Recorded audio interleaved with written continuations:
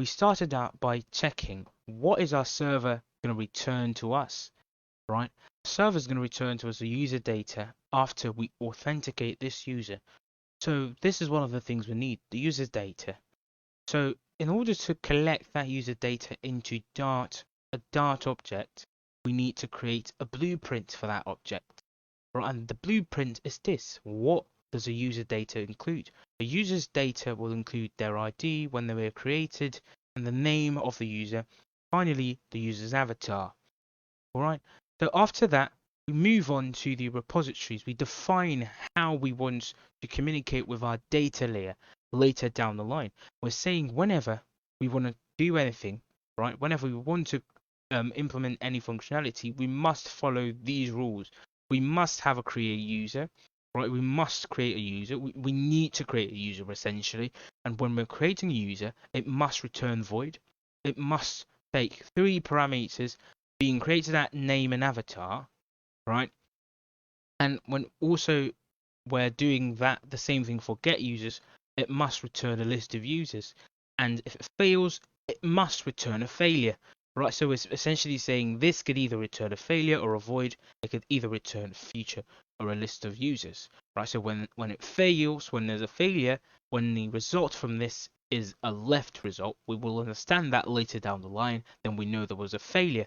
If it doesn't return a left and it returns a right, then it was successful. Then we collect the data from that successfulness and we do that, right? So clean architecture is basically forcing you to be a good developer. It forces you to be a good programmer, it forces you to handle cases, right? Cases where this has happened and that has happened. It also makes it possible to test these things. So the way these things are, testing them will be pretty easy, super easy basically. After that, we want to go on and create a use case for this person as well. Use case with parameters. No, without parameters. So without params. And we only give it a type, and its type will be a list of users. Alright. So we go ahead and create a constructor for this. Users will be this dot repository. And we can say final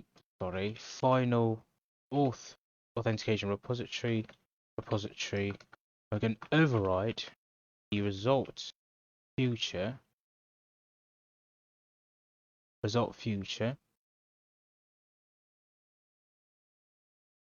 I think for our create user, we didn't even specify the type for this, so it has to be a result void rather, a result future. So over here we've got a result future that uses a list type. So how, sorry, not a list type, a list of user. How this forces us will be like second call, no params. We simply say async call the repository dot get users. Right, so how this would force us to use to be basically consistent with ourselves is that when I actually change this out to maybe return a string, just scream at me, right? It will scream because this is in the same.